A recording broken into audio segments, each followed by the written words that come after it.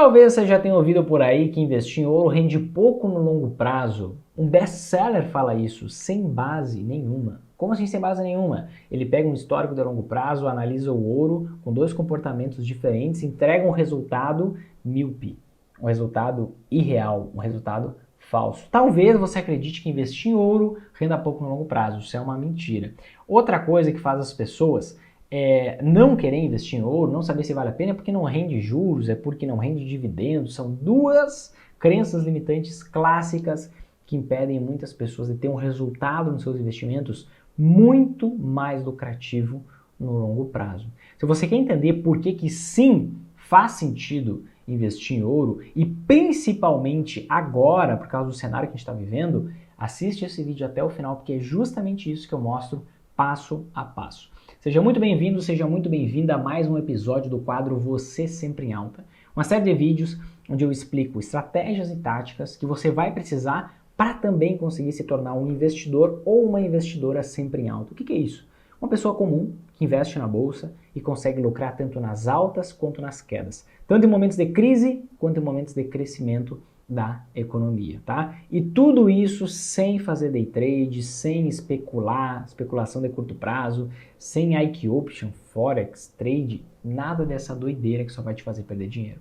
É um método comprovado e validado no longo prazo. Eu sou o Vinícius Marinho e o tema do nosso episódio de hoje é investimento em ouro, porque faz sentido investir principalmente agora. Será que realmente faz sentido investir em ouro? E essa pergunta, ela surge de duas objeções, digamos assim, duas travas mentais, duas barreiras. E eu quero endereçar essas duas barreiras para que você consiga se livrar desse pensamento limitante, que talvez te trave de acreditar que vale a pena investir em ouro. Depois eu vou te explicar tudo o que se origina a partir daí. Mas categoricamente sim, vale muito a pena para aquelas pessoas que querem lucrar nas altas e nas quedas da bolsa, investir em ouro. Por quê? Aliar o ouro aos teus investimentos é muito favorável pelo que eu vou te mostrar agora daqui mais ou menos 5 minutos. Mas é basicamente porque esse investimento se trata de uma anteação. O que é uma anteação? Uma anteação é um investimento que se valoriza quando as ações caem. Mas não se valoriza só a mesma coisa do que a queda das ações. Não, se valoriza 2, 3 vezes mais do que a queda das ações. Exemplo, vou te mostrar vários nesse vídeo de hoje. Mas exemplo, quando as ações caem 30%, as anteações estão subindo 60, 90, 100 ou até mais. Então, eu aliar isso aos meus investimentos me ajuda a lucrar nas altas e nas quedas da bolsa. E antes especificamente de começar a aprofundar no investimento em ouro, eu só quero te dizer que essa é uma opinião pessoal minha com base em dados concretos, fatos, tá? Não é uma recomendação de investimento para você. Nem quero que você siga a recomendação minha. Tá? Eu quero que você tenha conhecimento, por isso que eu passo conhecimento aprofundado para você tomar suas próprias decisões, para você ser independente, para você não ser um escravo, uma escrava, uma pessoa dependente de mim. Pelo amor de Deus, você precisa saber tomar decisões por conta própria, senão você nunca vai ter paz investindo. Mas o que acontece? Muita gente tem uma crença de que investir em ouro não vale a pena. Por que essas pessoas têm essa crença? Por causa desse gráfico que você está vendo aqui do meu lado, tá? Esse gráfico, ele está exposto em um livro muito famoso do Jeremy Siegel, que é Investindo em Ações para o Longo Prazo. E aí, lá nesse livro, ele faz uma análise desde 1800, o quanto valorizou ou desvalorizou alguns investimentos de 1800 até 2012, aproximadamente, tá? 1802 a 2012. E aqui, eu vou pegar e vou brincar um pouco aqui com a minha câmera, tá? Eu vou me movimentar aqui para eu conseguir te mostrar melhor. Mas basicamente, aqui nessa região dos percentuais, o que ele está indicando? O que ele está dizendo? Qual foi a rentabilidade anual de cada classe de ativo, de cada tipo de investimento? O que são stocks? Stocks são ações americanas, tá? O que são bonds e bills? Bonds e bills são títulos públicos americanos de longo e de curto prazo, tá? O que é gold? Gold é o ouro, o investimento em ouro, e US dollar é basicamente a rentabilidade anual do dólar. Então a gente pode ver aqui que esse livro, Investindo em Ações para o Longo Prazo, defende que a melhor coisa que tem é investir em ações, ponto. Ponto. O cerne de tudo, de todo o livro é esse. A melhor coisa que tem é investir em ações. E ele comprova fazendo esse comparativo, tá? Da rentabilidade das stocks, bonds, bills, gold e US dollar, tá? De 1802 até 2012. E aqui, o que a gente vê, né? No gráfico, nessas linhas, a gente vê a trajetória dos preços de cada investimento, tá? A gente vê das stocks, é o que mais se rentabiliza, bonds, depois bills, depois gold, que é o ouro, depois o dólar, a moeda, o dólar em si. E aí, nessa tabelinha aqui, a gente vê a rentabilidade anual, tá? Das ações americanas 6,6%, bonds 3,6%, bills 2,7%, ouro 0,7%, dólar menos 1,4%. A moeda se desvaloriza com o passar do tempo. E aí, quando a gente olha isso, a gente chega a uma conclusão inevitável de que, poxa, investir em ações é a melhor coisa do mundo, vou investir só em ações e pronto. E deu. Só que eu chego a uma conclusão inevitável com base em um dado... Que palavra eu posso usar para esse dado? Com base em um dado míope. É a melhor palavra que eu posso usar. Por que com base em um dado míope? Porque o ouro, ele era tratado até 1971... Deixa eu voltar a câmera para mim. Talvez você saiba, talvez não, tá? Mas até 1971, a quantidade de dinheiro que existia em circulação nos países era baseada na quantidade de ouro que aquele país tinha. Então, até 1971, existia o padrão ouro na economia, tá? Quanto mais ouro um país tinha, mais dinheiro ele tinha. De 71 para frente, acabou o padrão ouro. A quantidade de dinheiro que um país tem em circulação não tem mais lastro nenhum. Por exemplo, de 2008 para cá, os Estados Unidos já injetaram na economia americana 7 trilhões de dólares. Basicamente, é um processo semelhante ao imprimir dinheiro numa impressora e injetar na economia. Não existe mais lastro. Até 71 existia lastro. Então, até 1971, o ouro ele era tratado como dinheiro. De 71 para frente, o ouro ele não é mais tratado como dinheiro. O ouro é tratado como metal, é tratado como uma commodity. E por isso, por que eu digo que é uma visão míope? Eu comparar a rentabilidade do ouro com a rentabilidade, por exemplo, das ações de 1802 até 2012, que é este caso aqui. Porque até 71, até mais ou menos esse período aqui, ó, o ouro, ele na verdade era moeda. E daqui para frente, ó, o ouro ele é metal. Para você conseguir perceber com mais acurácia, deixa eu te mostrar aqui. Olha só, o que você vê aqui nesse gráfico? Nesse gráfico, o que você está vendo? A rentabilidade, a valorização do ouro de 1834 até 2021. É isso que você está vendo. Você consegue perceber, e basicamente isso aqui é a variação do preço, você consegue ver aqui em cima, ó, de uma onça de ouro, tá? Está cotado em dólares e de uma onça. O que é uma onça? É 28,35 gramas. É a unidade de medida do que é usada no ouro. A gente não fala em gramas, a gente fala em onça, tá? Que basicamente é a conversão 28,35 gramas. E o que a gente consegue perceber? Olha como é nítido, como é claro. Olha aqui embaixo, ó. Você está vendo os anos 1834, 1924, 1932, 1940, etc. e tal. De 1834 até 1971, você consegue ver que o preço do ouro ele fica praticamente estacionado, porque ele é usado como moeda, ele é tratado como um padrão, como uma moeda padrão mundial. Ele tinha um tipo de comportamento que era praticamente estagnado. Agora, a partir de 1971, ele começa a ser tratado... Não existe mais o padrão ouro no mundo. A quantidade de dinheiro em circulação em cada país é livre, é independente. É o seu Banco Central que regula isso. Então, ele passou a ter uma volatilidade, ele passou a mudar de preço, ele passou a variar e ser tratado como metal. E não mais como moeda, não mais como dinheiro. Por isso a gente vê praticamente uma estagnação num período de 140 anos, de 1830 até 1971. A partir de 71, o ouro ele começa a variar como um metal, certo? E quando a gente...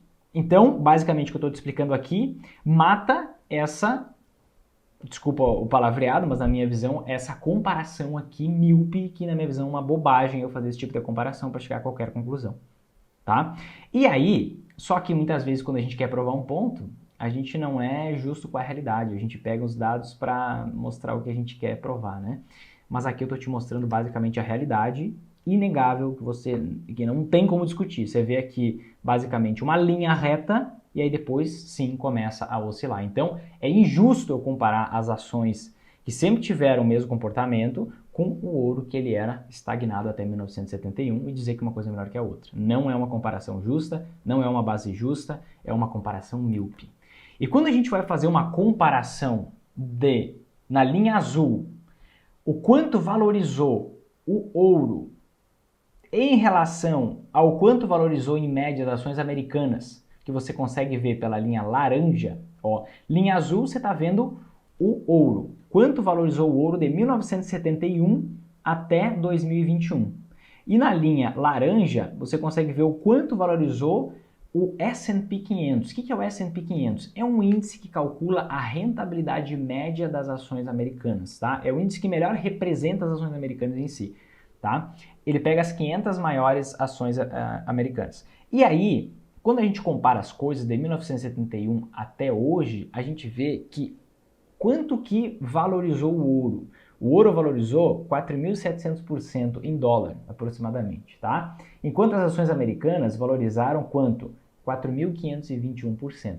Aqui, ó, e durante a maior parte do período de tempo, perceba quem que sobe mais, quem que está na frente, quem que tem maior rentabilidade. É o ouro ou são as ações americanas? As ações americanas só ficaram na frente entre 97 e 2003. Durante todas as outras décadas, o ouro continua na frente das ações americanas. Aqui eu estou fazendo uma comparação justa. Aqui eu estou pegando uma base justa de 50 anos de comparação. Não é um prazo curto. Aqui eu estou fazendo uma comparação justa. Quando eu faço essa comparação aqui, agora que você tem conhecimento acima do superficial, você entende que não é uma base justa e um best-seller tem uma explicação de algo que tem uma base frágil, tá? Não quero julgar o best-seller, tá tudo bem, agora você tem conhecimento e agora você sabe o que faz sentido ou não. Então você vê que toda essa sobreposição das estoques das ações americanas sobre o ouro não faz sentido. Na verdade, o que a gente vê aqui é, na maior parte do tempo, o ouro se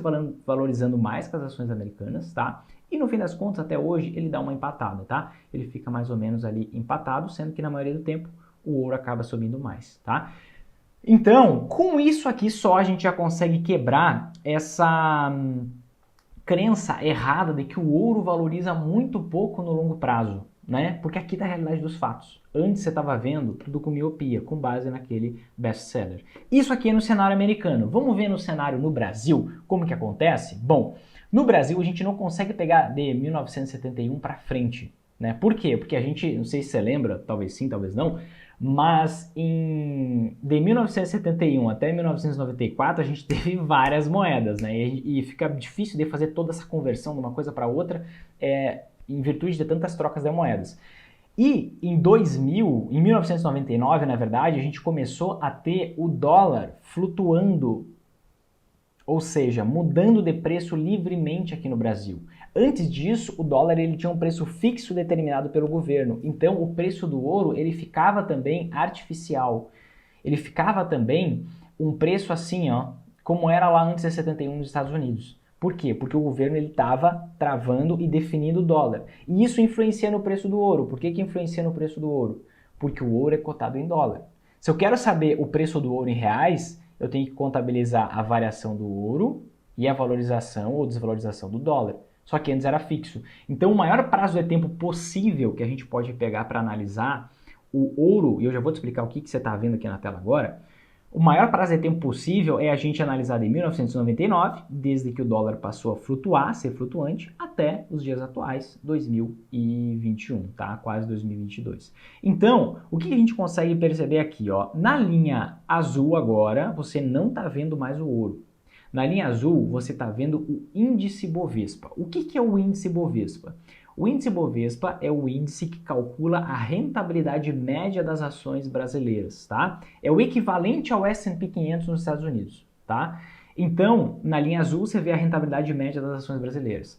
Na linha amarela, ou melhor, na linha vermelha, o que você está vendo? A cotação do ouro em dólar. A cotação do ouro americano.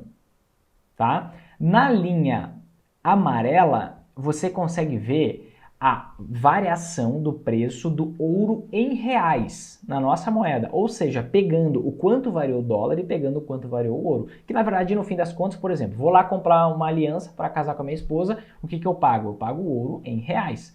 Contempla tanto a variação do ouro em dólar, quanto a própria variação do dólar para eu chegar nesse dado aqui. Então, quando eu pego o maior prazo possível de análise aqui no Brasil, a gente vê que o ouro se valoriza mais do que as ações brasileiras nesse período de tempo, desde 2019, 2020 ali aproximadamente. O ouro tem uma valorização maior e nunca ficou perdendo de tanto assim para as ações brasileiras. Então, a gente consegue quebrar com muita tranquilidade essa crença de que ouro rende pouco no longo prazo.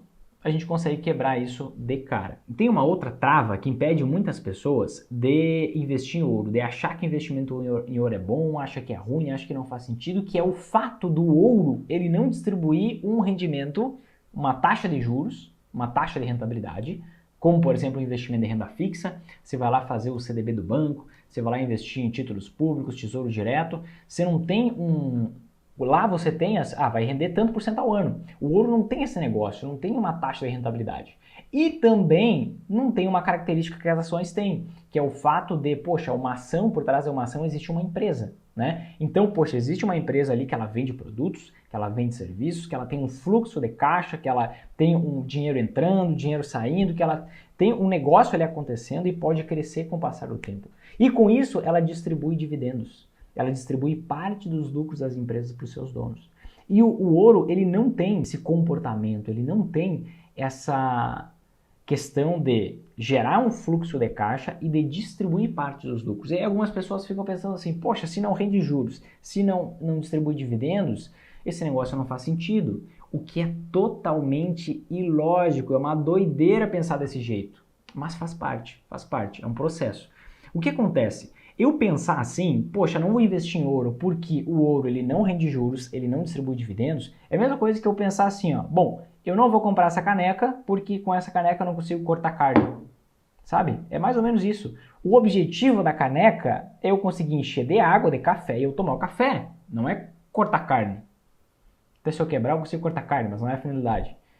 Quando eu invisto em ouro, meu objetivo não é ter um rendimento de juros, não é ter um rendimento de rentabilidade mensal, anual, que seja. Não é ter a distribuição de dividendos. Uma coisa é uma coisa, outra coisa é outra coisa. É simples. Agora, quando eu interpreto o que inclusive está no livro do Jeremy Siegel, que a melhor coisa são ações, e que eu tenho que investir só em ações, naturalmente eu vou perder dinheiro em vários momentos, naturalmente eu não vou ser um investidor, uma investidora sempre em alta, naturalmente eu não vou lucrar nas altas e nas quedas da bolsa. Agora, se você quer estar um passo à frente e quer lucrar nas altas e nas quedas da bolsa, você tem que entender que o investimento em ouro, o objetivo não é ganhar dividendo, o objetivo não é o ouro ser uma empresa, o ouro não é uma empresa. O objetivo não é ter uma rentabilidade mensal que vem, ou anual que vem lá, tipo um investimento em renda fixa. O objetivo é proteção contra crises internacionais. E aqui surge a pergunta, aqui vem a pergunta, por que cargas d'água eu deveria me proteger de crises internacionais?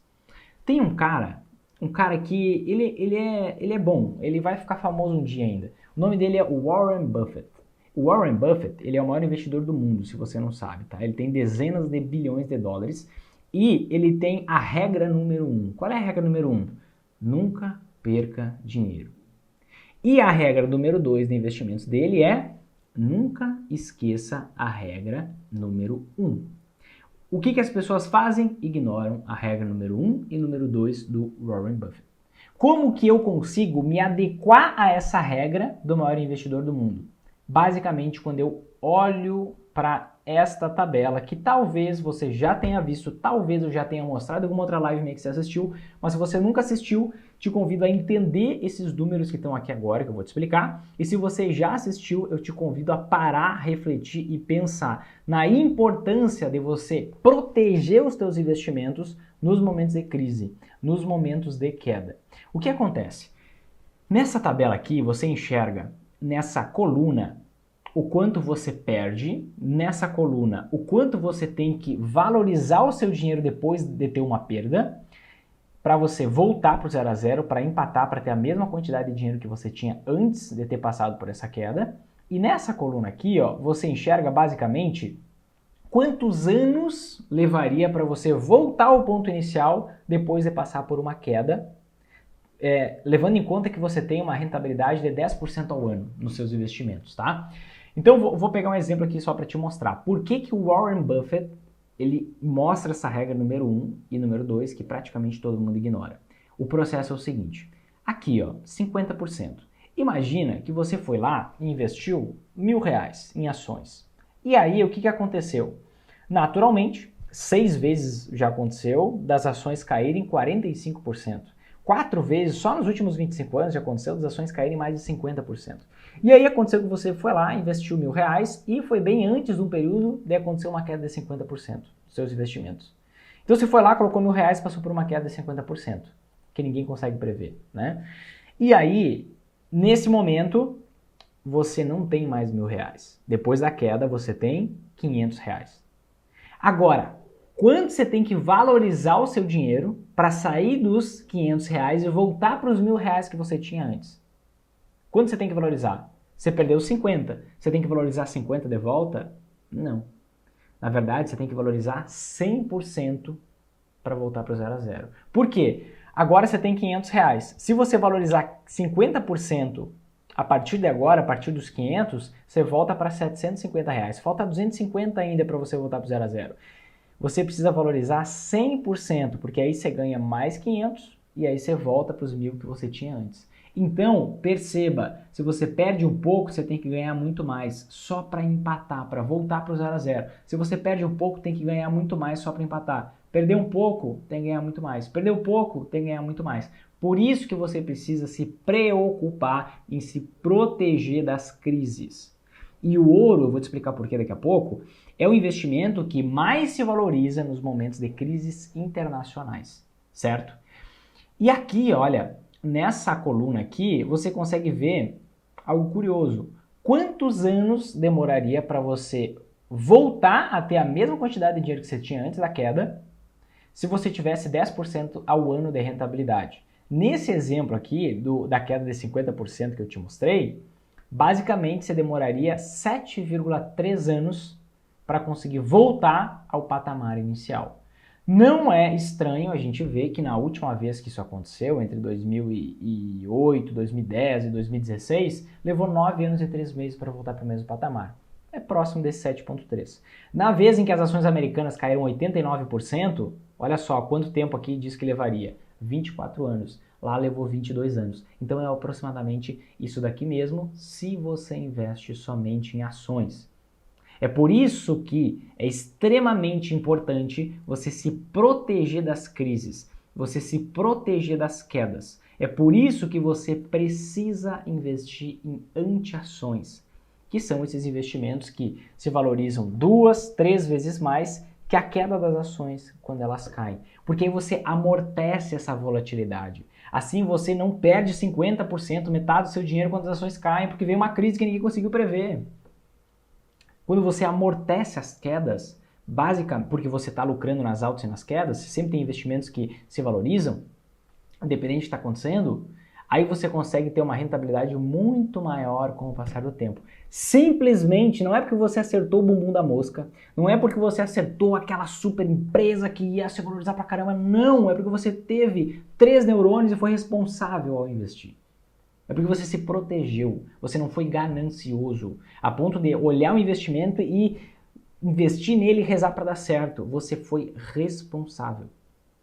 Entende? Isso é uma anti-ação.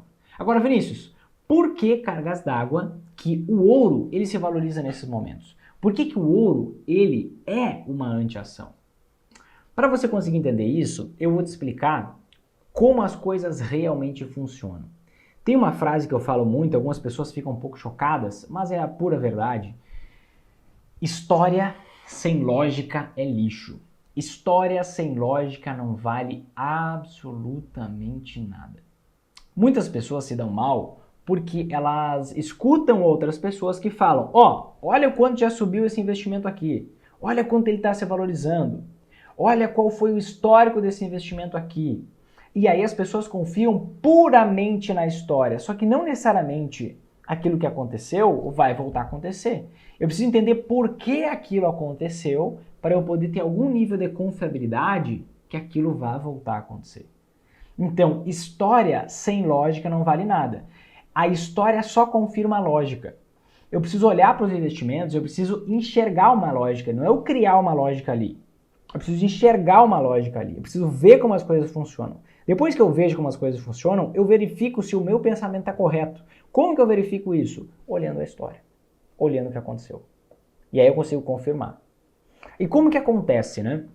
Talvez se saiba, talvez não, mas 45,5% de todo o valor investido em ações aqui no Brasil não é de investidores brasileiros, investidores nacionais, investidores locais. É de investidores estrangeiros, tá? E esses investidores estrangeiros, eles têm centenas de bilhões de reais aqui.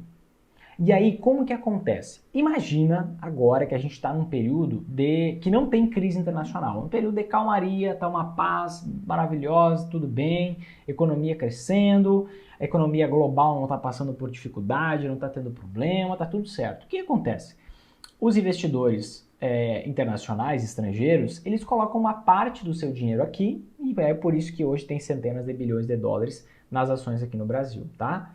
Agora, no momento em que vem uma crise internacional, o que o investidor estrangeiro faz? Vamos pensar no que acontece no momento de uma crise internacional. Quais são os países mais afetados? Os países desenvolvidos ou os países subdesenvolvidos? Claramente, sempre sobra para o mais fraco. O país subdesenvolvido são os países mais afetados. Então, no momento em que vem uma crise internacional, que vem um temor, que vem um medo, deixa eu te relatar alguns medos. Por exemplo, ataque às Torres Gêmeas. Por exemplo, guerra comercial entre Estados Unidos e China. Por exemplo, um país passando por dificuldade financeira, como, por exemplo, o que aconteceu lá na Grécia, na Europa, lá em 2011, 2012. Por exemplo, estouro da bolha imobiliária americana em 2008. Por exemplo, o cenário que a gente passou agora em 2020 ainda está passando, querendo ou não. Tudo isso são tremores internacionais. Tudo isso gera um medo de uma crise internacional, tá? E nesses momentos, o que o investidor estrangeiro pensa? Se coloca, tenha empatia, se coloca no lugar do investidor estrangeiro. Pensa se você fosse americano e tivesse dinheiro aqui no Brasil, investido aqui. O que é que você faria nesse momento? Você deixaria o teu dinheiro investido no Brasil, sabendo que o Brasil é um país subdesenvolvido, certo? Ou você pensaria o seguinte, bom, se vier uma crise internacional, eu sei que os países mais fracos, mais subdesenvolvidos, são os mais afetados. Então o que eu vou fazer? O que significa ser mais afetado? As ações caem mais, inclusive. Vou tirar o meu dinheiro, ou pelo menos uma boa parte do meu dinheiro que está investido em ações lá no Brasil e vou puxar para só países desenvolvidos. Para como tem um risco maior à vista, eu vou tirar o meu dinheiro investido lá do Brasil, vou colocar em outros países mais desenvolvidos que não vão sofrer tanto no cenário de uma crise internacional. E aí, os investidores fazem isso. Eles começam a vender ações aqui no Brasil. E isso é o que gera as quedas nas ações de 45%, 50%, 60%. O que acontece aqui no Brasil acontece em todos os países do mundo, inclusive Estados Unidos passa por esse tipo de queda, tá? Mas aqui no Brasil acontece isso por causa dessa retirada desse dinheiro dos investidores estrangeiros. Agora, pensa comigo, está acontecendo uma crise internacional. E aí, onde que o investidor estrangeiro vai colocar o seu dinheiro? Se é uma crise internacional que está afetando todos os países. Se ele tirar o dinheiro do Brasil, no momento que está tendo uma crise no Brasil, tá tudo bem, ele pode colocar num outro país. Agora, durante um período de tempo, ele vai tirar o dinheiro investido aqui do Brasil, vai jogar para um outro país. Ele vai ver que lá está caindo também, ele vai ver que as ações estão derretendo por lá também. E o investidor estrangeiro, ele não tem o benefício de investir num outro tipo de antiação, que eu vou mostrar num outro vídeo, e vou dissecar e explicar tudo sobre esse investimento, que é o dólar. Porque o dinheiro dele já está cotado em dólares. Então ele não tem como se proteger usando o dólar. qual é a única saída dele? Ele precisa voltar para o colo da mãe. Como assim voltar para o colo da mãe? O que uma criança faz quando ela está correndo, está brincando, se machuca e rala o joelho? Ela volta correndo para o colo da mãe. O que o investidor faz quando ele não tem mais o que fazer, quando ele está machucado, quando ele não sabe para onde ir, quando ele está com o joelho ralado? Ele corre para o colo da mãe. Quem é a mãe dos investimentos? A mãe dos investimentos se chama ouro. É o investimento mais antigo do mundo, é um ativo, é um metal que foi usado como moeda até 1971, ou seja, desde o início dos tempos é um metal valorizado, é um metal que ele tem uma valorização pela percepção das pessoas. E naturalmente, como o ouro ele é muito escasso, poxa, o ouro não é muito escasso. É muito escasso sim. Você sabia? Tem um relatório que identifica que a quantidade de ouro que até hoje já foi descoberto, já foi escavado, já foi minerado, equivale a 2 piscinas olímpicas. Só isso, nada mais. 2 piscinas olímpicas. É uma quantidade muito pequena de ouro. É muito pequena. Então, como tem muito pouco ouro disponível, tudo aquilo que é escasso vale mais. Então a gente tem essa percepção de, opa, algo que é escasso vale muito mais. Então eu vou comprar justamente o que é escasso, porque todo mundo vai em busca daquilo para simplesmente manter o seu dinheiro. Você pode ver que no longuíssimo prazo, o ouro, ele mantém o seu poder de compra, ele mantém o seu valor com o passar do tempo. Com o passar do tempo, ele não tem tantas oscilações como as ações têm, por exemplo. Então tudo que o investidor estrangeiro quer é fazer o quê? Deixar o seu dinheiro em ouro, até a crise passar, depois ele volta a investir em outros países, porque ele não tem o benefício de estar num país subdesenvolvido. Ele não consegue usar outra anteação, muito importante que existe para os investidores sempre em alta. Perceba que a lógica não é o passado, não é a história, não é o que aconteceu, é simplesmente o comportamento humano. Às vezes a gente fica muito preso, poxa, qual é a técnicazinha que vai fazer eu lucrar? Você tem que entender o contexto, você tem que entender como funciona a cabeça das pessoas. Porque o investidor estrangeiro, o cara que tem dezenas de bilhões na mão, talvez gestor de um fundo de investimento, ele é uma pessoa, ele é um humano igual a você. Você consegue pensar com a cabeça dele.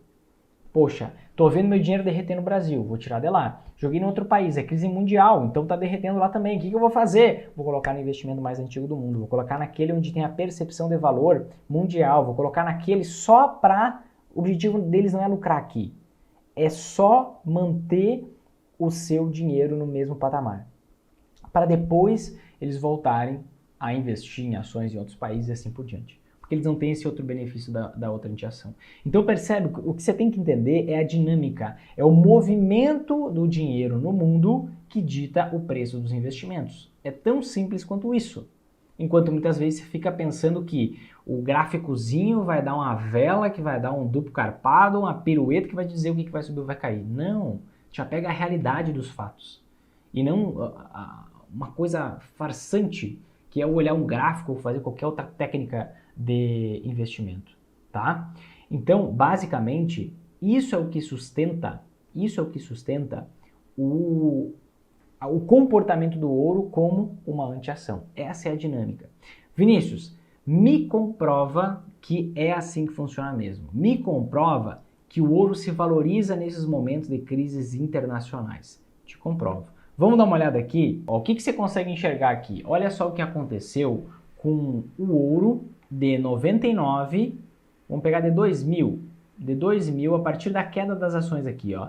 Entre 2000 e 2002, aconteceu um período de queda nas ações em virtude de o estouro da bolha das empresas de tecnologia lá nos Estados Unidos. Além disso, teve também ataque às Torres Gêmeas em 2001, teve o escândalo contábil americano ali por volta de 2002, tá?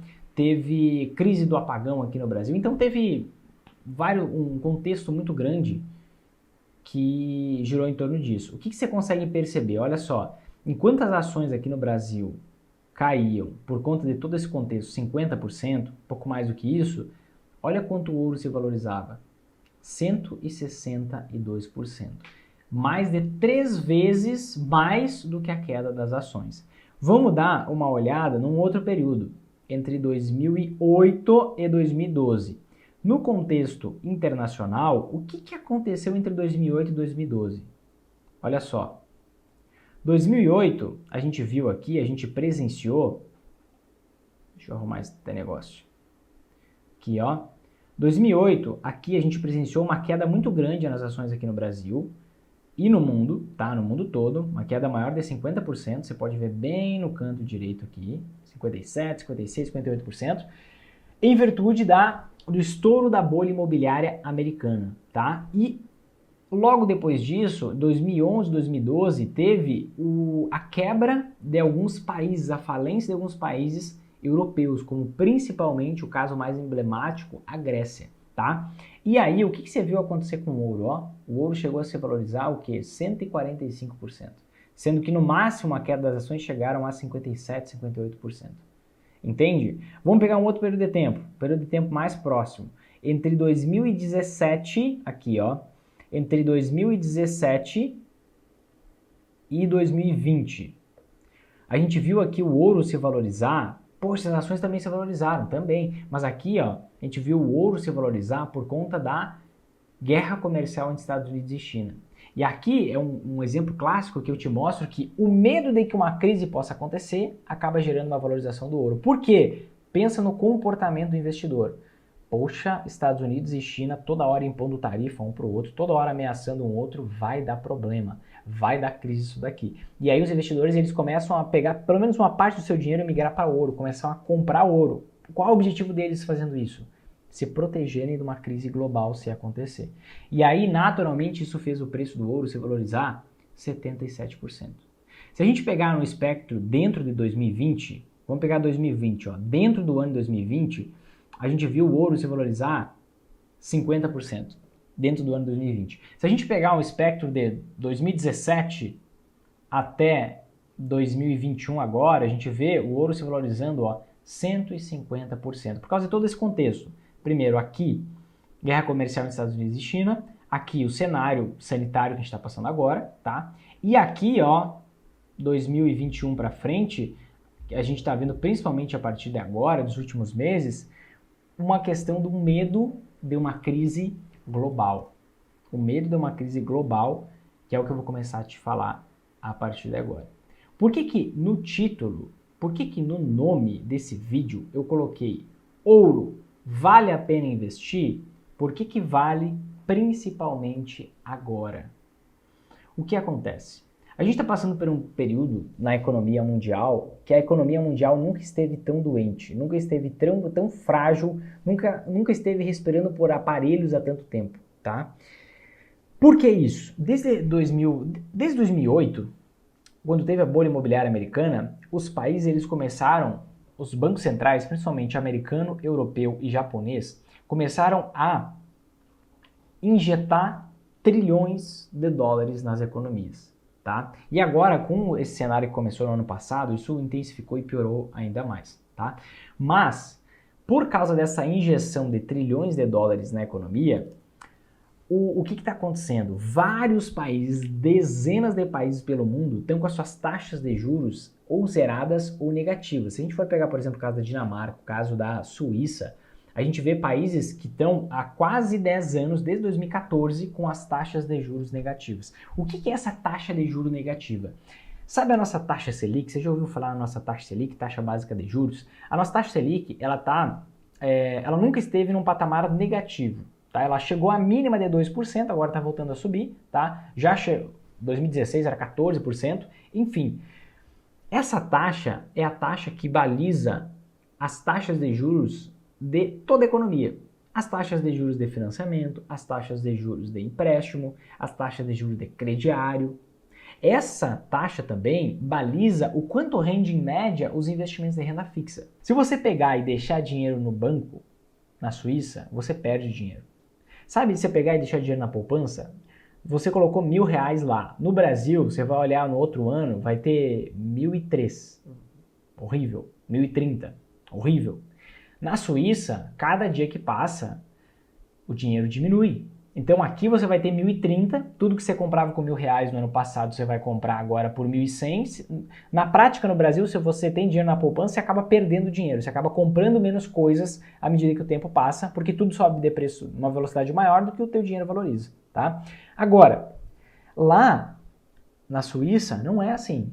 Na Suíça, por exemplo, você coloca 1.000, você vai olhar depois, vai ter no fim do ano, o que vai acontecer? Vai ter lá 990. No fim do outro ano, 980. No fim do outro ano, 970 e assim por diante. Ou seja, essa questão dos países terem uma taxa de juros negativa nada mais é do que uma tentativa desesperada de fazer as pessoas gastarem dinheiro. Para as pessoas gastando dinheiro, as empresas conseguem vender e a economia consegue voltar a crescer. Só que você consegue perceber que isso não é a sequência natural das coisas? Você consegue perceber que isso nada mais é do que um país hospitalizado, tá lá no respirador tentando sobreviver há vários anos e não consegue, porque a taxa de juros continua em zero, como está a taxa de juros americana, ou negativo, como está, por exemplo, da Dinamarca e da Suíça. Alguma hora vai ter que vir uma crise.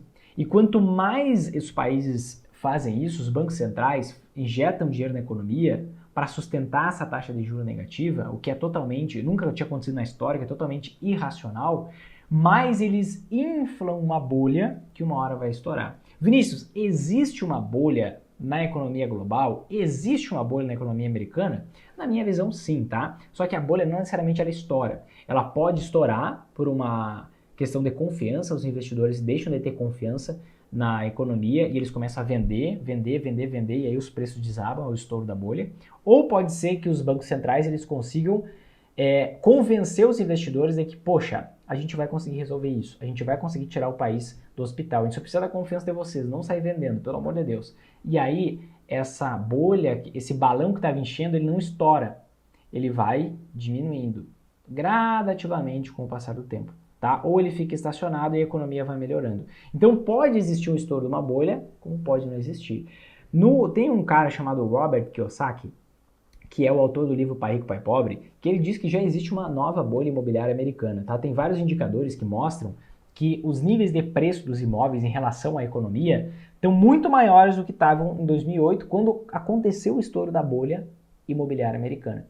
Então a gente tem todo esse contexto, ó, taxa de juros negativas pelo mundo todo. Só os Estados Unidos já imprimiu mais de 7 trilhões, injetou na economia 7 trilhões de dólares desde o início de 2020 até hoje. Os Estados Unidos ele está injetando 120 bilhões, continua fazendo isso mês a mês, 120 bilhões de dólares na economia, certo? Está inflando esse balão cada vez mais. Já existe uma onda de grandes investidores, grandes personalidades, olhando indicadores e vendo que os patamares de preço dos imóveis, por exemplo, nos Estados Unidos, estão maiores do que quando aconteceu a história da bolha lá em 2008, ou seja, que existe uma nova bolha imobiliária americana. Bancos centrais, não só o americano, mas também o europeu e o japonês, que tem um nível de dívida gigantesco, continuam injetando muito dinheiro nas economias, assim como os Estados Unidos estão fazendo. Então, uma hora isso vai estourar. E para onde é que os investidores vão correr quando essa bomba estourar? Para onde vão os investidores no momento de crise internacional? Para o ouro. E uma crise, seja ela nacional, aqui no Brasil, ou seja ela uma crise internacional, uma crise nada mais é que uma transferência de dinheiro dos despreparados para os preparados. É isso. O dinheiro não some nas crises, ele sai das mãos dos despreparados e naturalmente flui para as mãos dos preparados. É um processo natural, não precisa forçar. É um processo natural que acontece. Então, se vier uma nova crise mundial, aí é que você precisa ter ouro. Por quê? Porque o dinheiro naturalmente vai fluir para as mãos de quem tem ouro, porque vai ter uma corrida em direção a esse investimento, porque as ações pelo mundo todo vão estar desabando. Então, se você tem ouro, se você está preparado para esses momentos de crise, você simplesmente dorme em paz e, a depender da forma como você investir, a depender da quantidade que você tiver, da forma que você investe em ações, tudo isso vai variar, você tem a possibilidade de lucrar nas altas e nas quedas da bolsa. logicamente, não é simplesmente eu investir uma parte do meu dinheiro em ouro e deitar para trás. Eu preciso entender a metodologia, eu preciso saber como selecionar ações. Não adianta, dependendo do tipo de ação que eu compro, essas empresas podem falir, podem quebrar. Se eu não tiver conhecimento suficiente, além do superficial para eu selecionar minhas ações, eu posso me dar muito mal mesmo tendo ouro. Mas eu, cumprindo a filosofia e tendo ouro, eu fico protegido para as maiores crises, que são as crises internacionais. Pensa, por exemplo, no que aconteceu em 2020. Em 2020, o máximo que as ações caíram foi 43%. O ouro chegou a subir, vamos dar uma olhada aqui? Quanto que o ouro chegou a subir? Ó, o máximo que as ações caíram foi 41, 42, 43% nesse gráfico semanal aqui. Ó. Quanto que o ouro chegou a subir? O ouro chegou a subir 65%. Então, quando você tem a capacidade... Isso aqui eu estou falando da média das ações. Tem um monte de empresa horrível aqui, tá? Se eu tinha empresas melhores, eu até poderia ter menos queda do que isso. Mas isso vai variar, vai depender. Mas a partir do momento em que eu me exponho para lucrar, seja nas altas, seja nas quedas, não tem motivo para temer. Nenhuma pandemia pode me parar. Nenhuma pandemia pode me assustar. Por quê? Porque eu estou preparado. E nas crises, que ninguém consegue prever quando vai acontecer, o dinheiro flui naturalmente das mãos dos despreparados para as mãos dos preparados. Quem você vai ser na próxima crise? Seja ela se vai acontecer agora, ano que vem, ou daqui a 5 anos. Quem vai ser você? O despreparado, que vai perder dinheiro, e por isso vai ter que rentabilizar muito mais o seu dinheiro só para voltar para o 0 a 0, ou o preparado, que o dinheiro ele vai estar tendo uma queda no seu investimento em ações, mas o dinheiro vai estar fluindo de uma forma tão veloz para as anti-ações, como o caso que eu estou falando hoje, que é o ouro, que ele vai conseguir, com o passar do tempo, no longo prazo, ter uma rentabilidade maior nesse investimento, 2, 3 vezes maior do que a queda nas ações. E ele, usando outras técnicas, ele vai conseguir lucrar nas altas e nas quedas da bolsa. Te pergunto agora, quem você vai ser, tá? E eu te explico isso porque eu quero que você entenda a verdade sobre o ouro, tá? É muito rechaçado, a gente quebrou vários mitos aqui nesse vídeo de hoje, mas que você entenda para que o ouro serve, qual o objetivo disso, por que você não tem que ter medo e, basicamente, é uma decisão que você vai ter que tomar, não é uma recomendação de investimento, mas se você quer lucrar nas altas e nas quedas da bolsa, inclusive em períodos de crise internacional, o investimento em ouro, na minha visão, é um excelente investimento com essa finalidade. Certo, gente? Se você gostou desse vídeo, se você aprendeu com o que você viu aqui embaixo tem um botão de curtir, like, gostei, um coraçãozinho, clica nele, porque assim a gente vai conseguir ajudar mais pessoas. As redes sociais acabam entregando, sugestionando, sugerindo para mais pessoas assistirem esse vídeo e a gente consegue ajudar mais gente. Você também pode pegar e compartilhar direto com seus amigos nas redes sociais, manda então, compartilha no WhatsApp, com 5 amigos pelo menos um grupo no WhatsApp, porque assim a gente vai conseguir ajudar mais gente a lucrar nas altas e nas quedas da bolsa, tá bom? Te vejo no nosso próximo vídeo, um forte abraço e até mais.